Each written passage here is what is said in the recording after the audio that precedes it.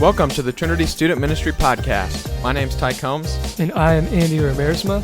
We lead student ministry at a Trinity Church in Indianapolis, Indiana. This is an ongoing conversation for all middle school and high school students about God and culture. Thanks for tuning in. Be sure to follow us on Instagram at TC_studentmen for daily updates and information.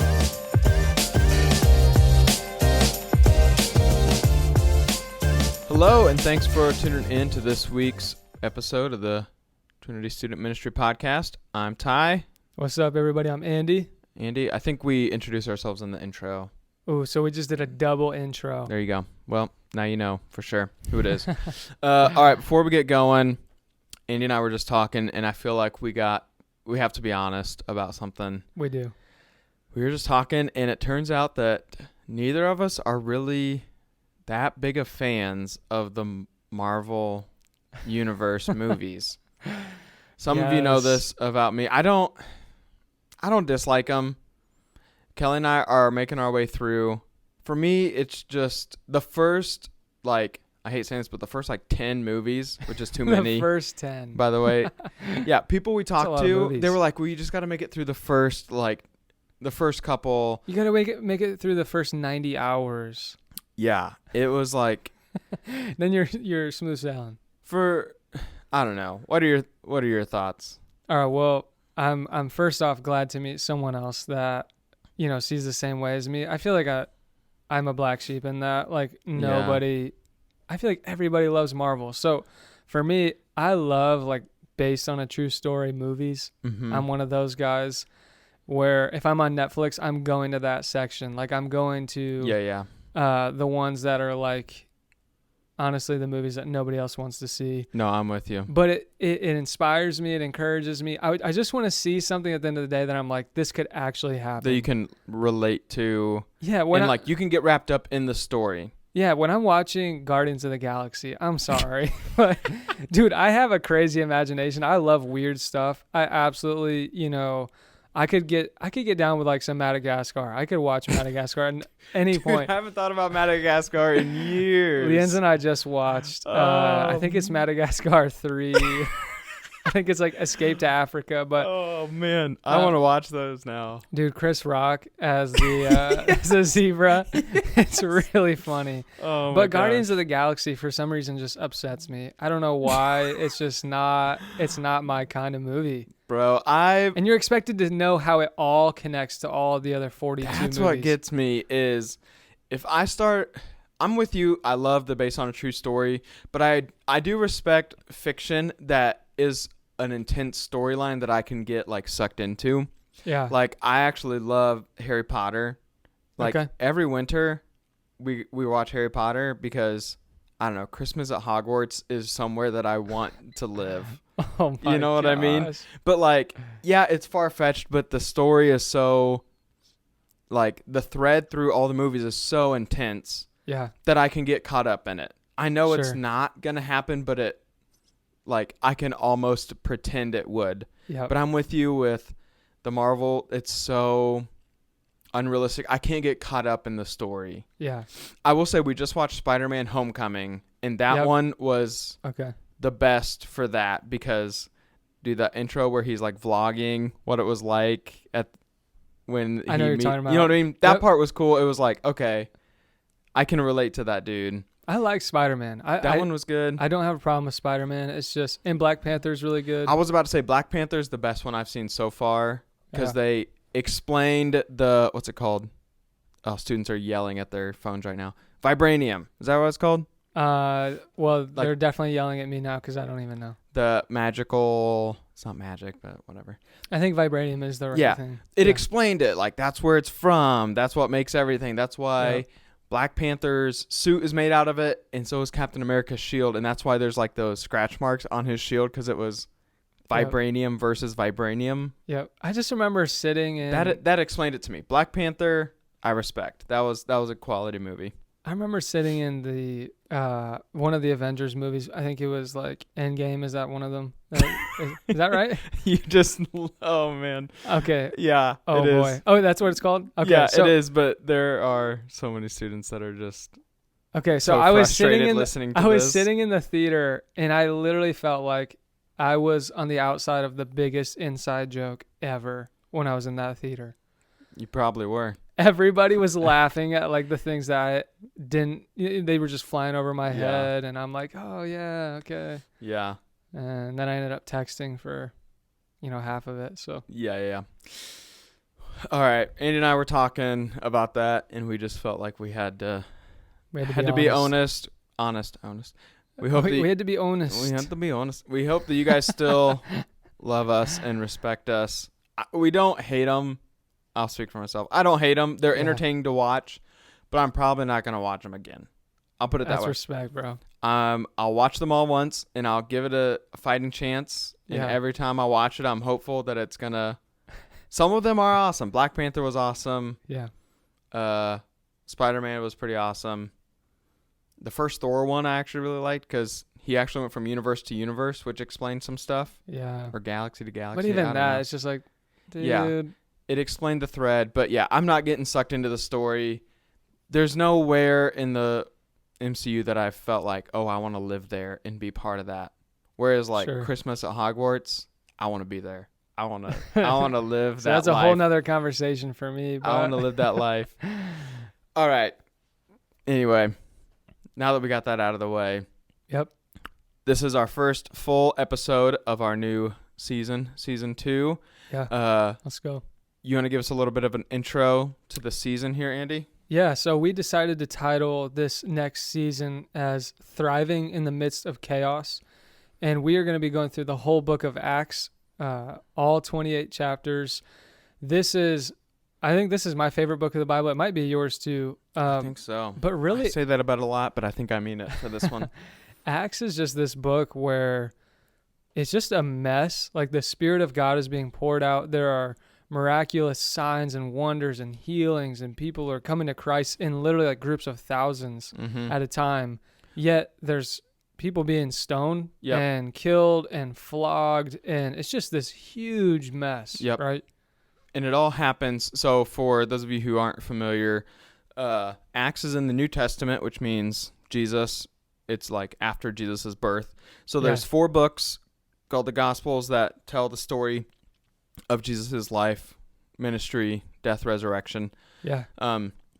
This book, Acts, is the only book that takes place immediately following the gospel. So this is the story of what happens after Jesus comes.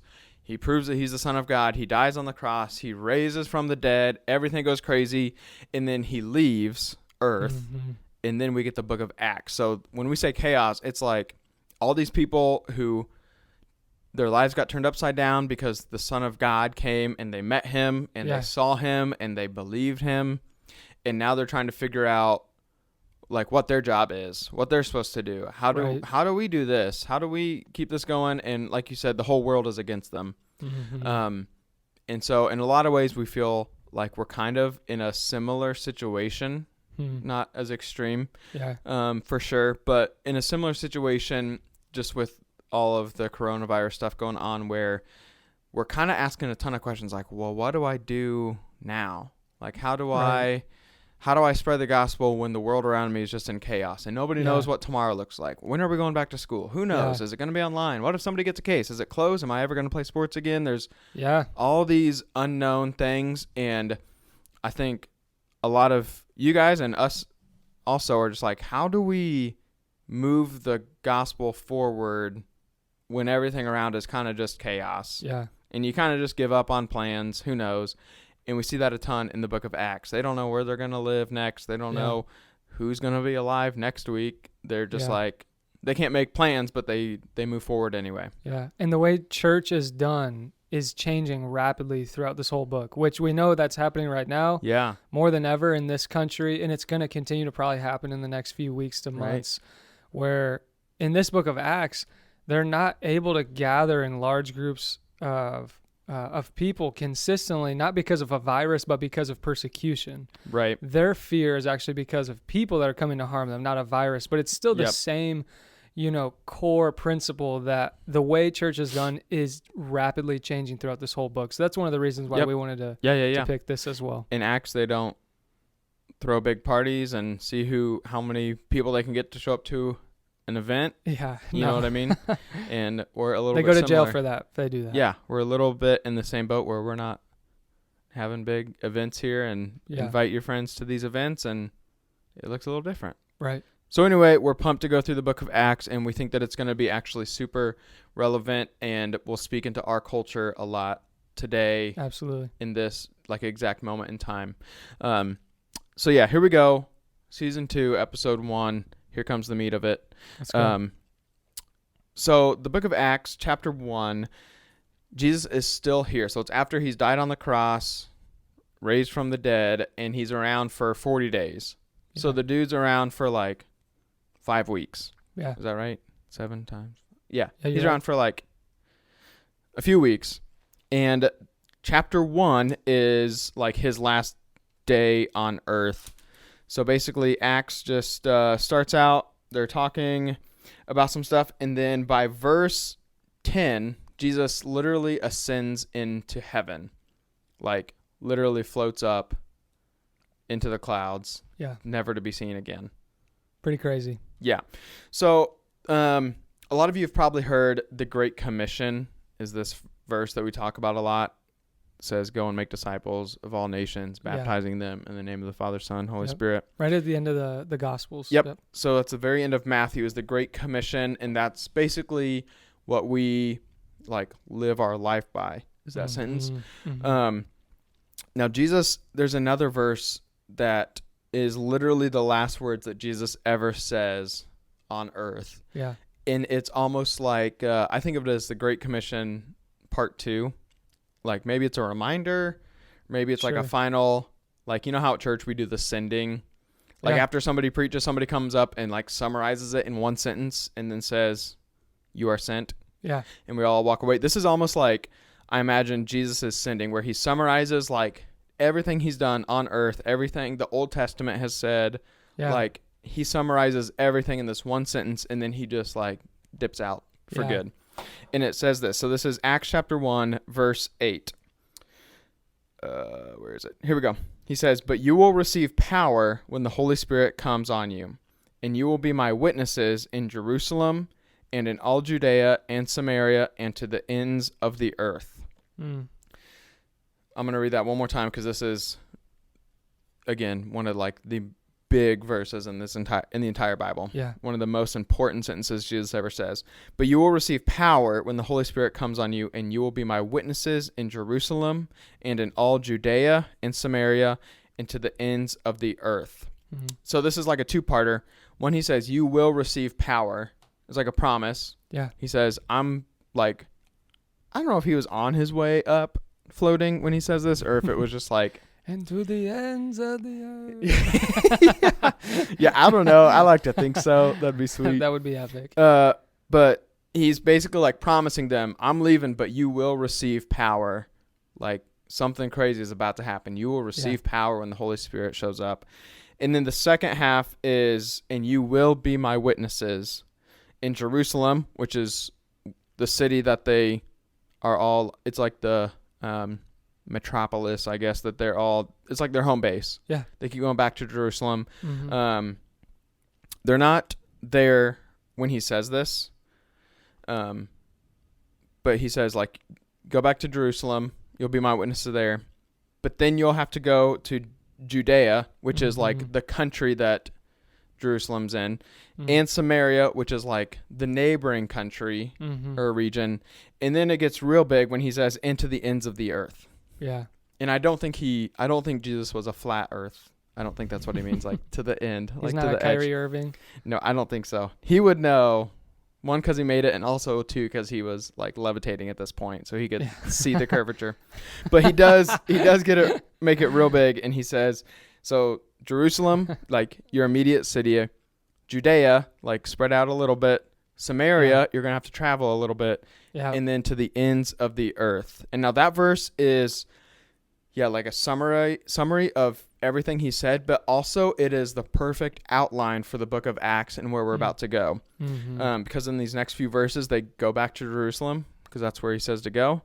And then they kind of get kicked out of Jerusalem because people start to get killed And so they just Mm. spread out throughout Judea, Yeah. and they keep getting killed. And so then they spread out to Samaria, Yeah. and then they keep getting killed. And so they spread out even more, and they go literally to the ends of the known earth. Yeah.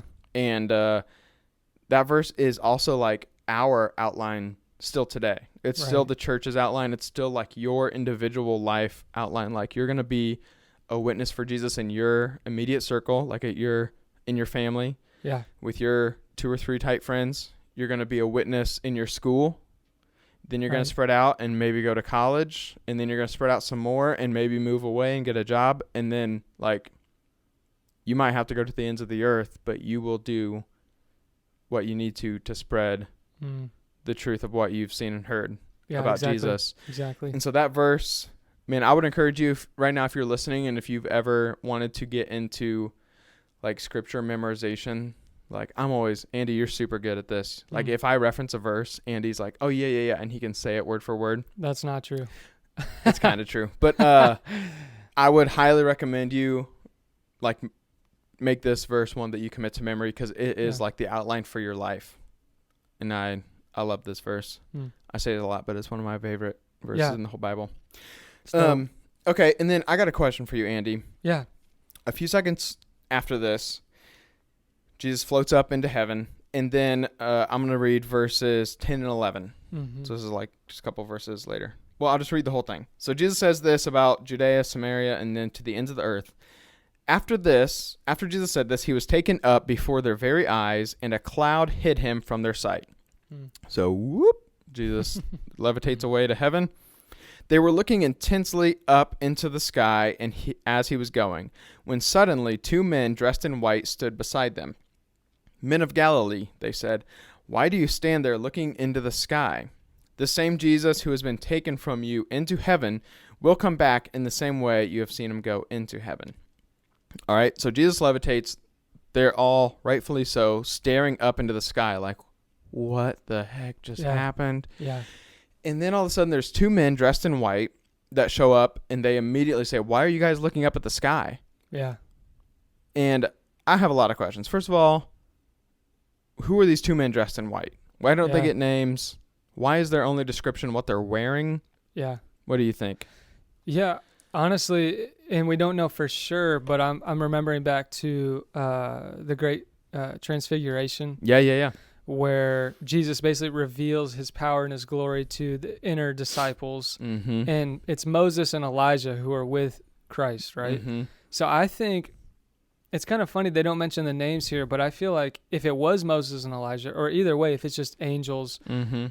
I think their main heart posture in saying, hey, stop looking up to heaven is finish the story. Like finish the work, finish the Mhm. mission. And I think it'd be so epic if it was Moses and Elijah, because I've honestly never even thought about that or Like- heard that. I just always assumed it was 2 random angels that like yeah. this was their one time. And I Called don't know into for action. sure. Yeah, you know, no, I'm I only love that. I'm only 24. You know, definitely not 2,400 years old.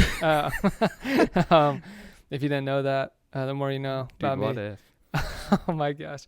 But yeah, I think it'd be so cool if that was the same as the Great Transfiguration, because they're basically like finish the story. Like Yeah. the Old Testament is connected to the New Testament. So like I can just envision them saying like, why are you just standing here looking up, like waiting for Jesus to come back? Like finish the work so that he can come back. Yeah, there's work to do. Yeah, there's work to do. And I think Jesus intentionally chose his last words, right? As Oh yeah.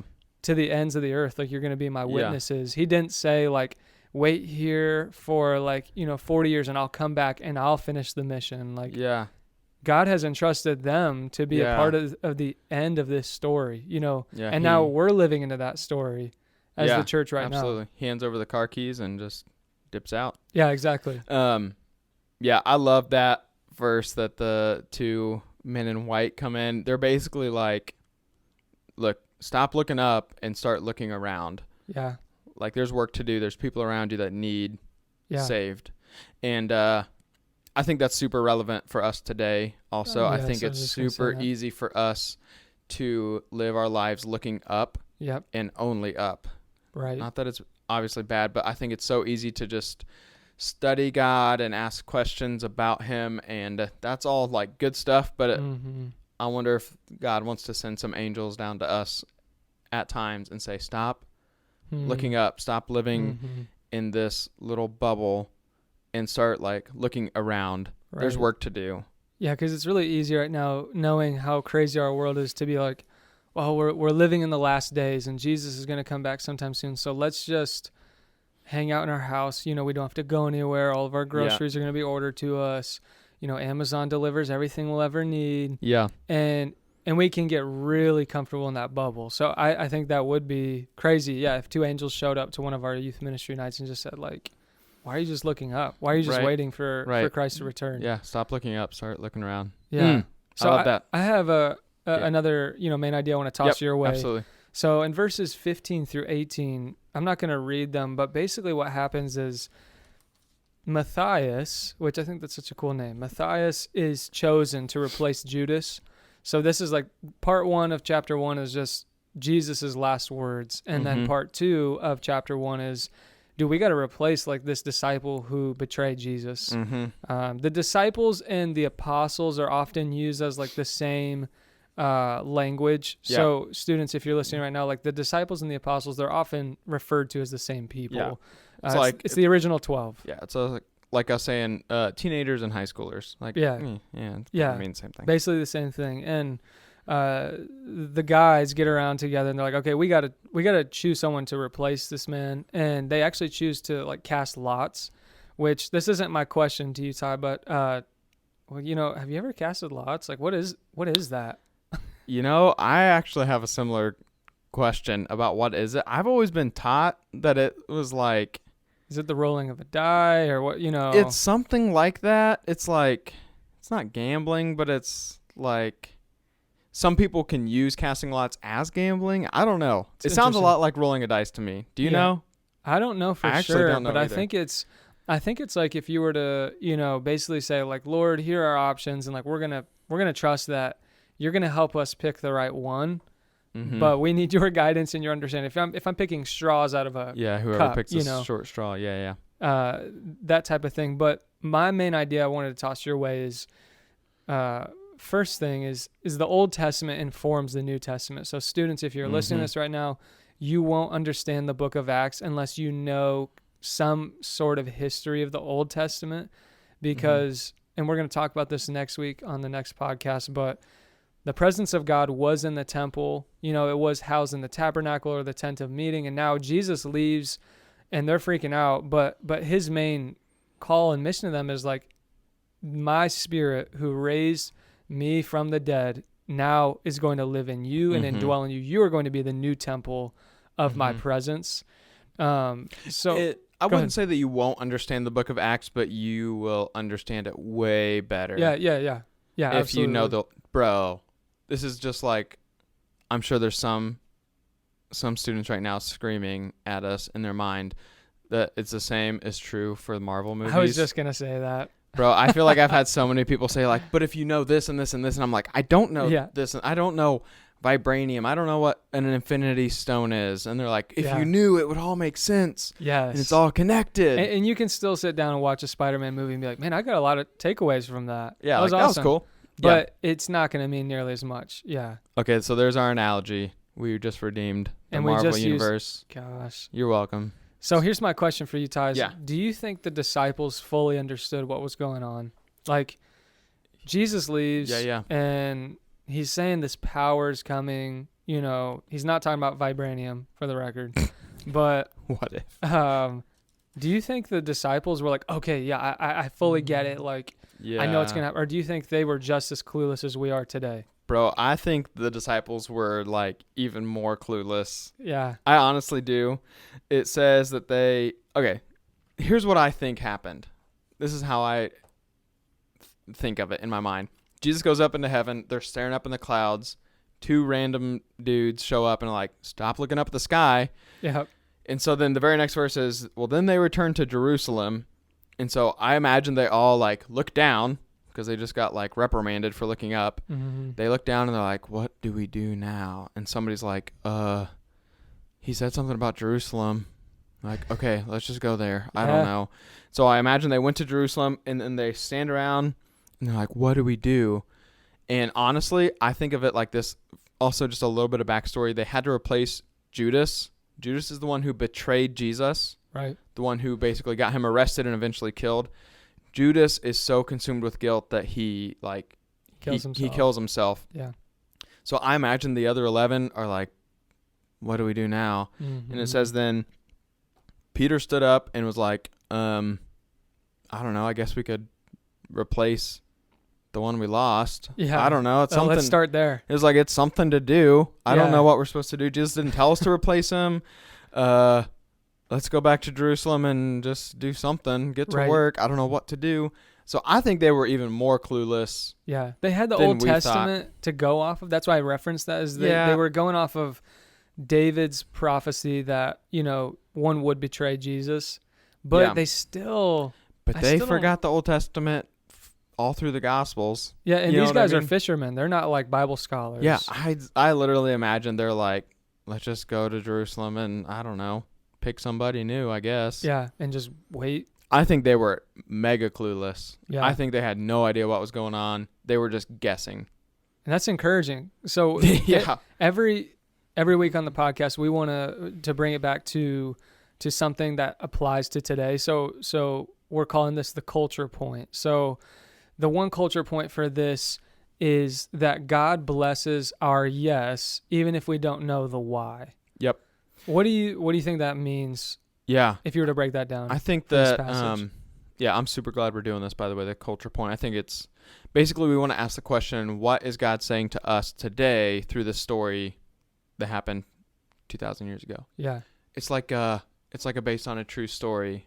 It's like, oh, this is so relevant for me. Like I could see this happening. This Okay. changes my life. This, you know what I mean? Yeah. Oh man, look at all that weaving together. We didn't plan that. No. I think that this speaks like super, super big. I don't know the right word I'm thinking of. Implications for us today. Yeah. And I think what you said, that God blesses the yes, even if we don't know the why. So the disciples are clueless. Mm-hmm. They guess at what to do. Let's just pick somebody random. Yeah. And then the Lord blesses it. Yeah. Like he knows they don't know what to do, Mm-hmm. and he doesn't hold that against them. Mm-hmm.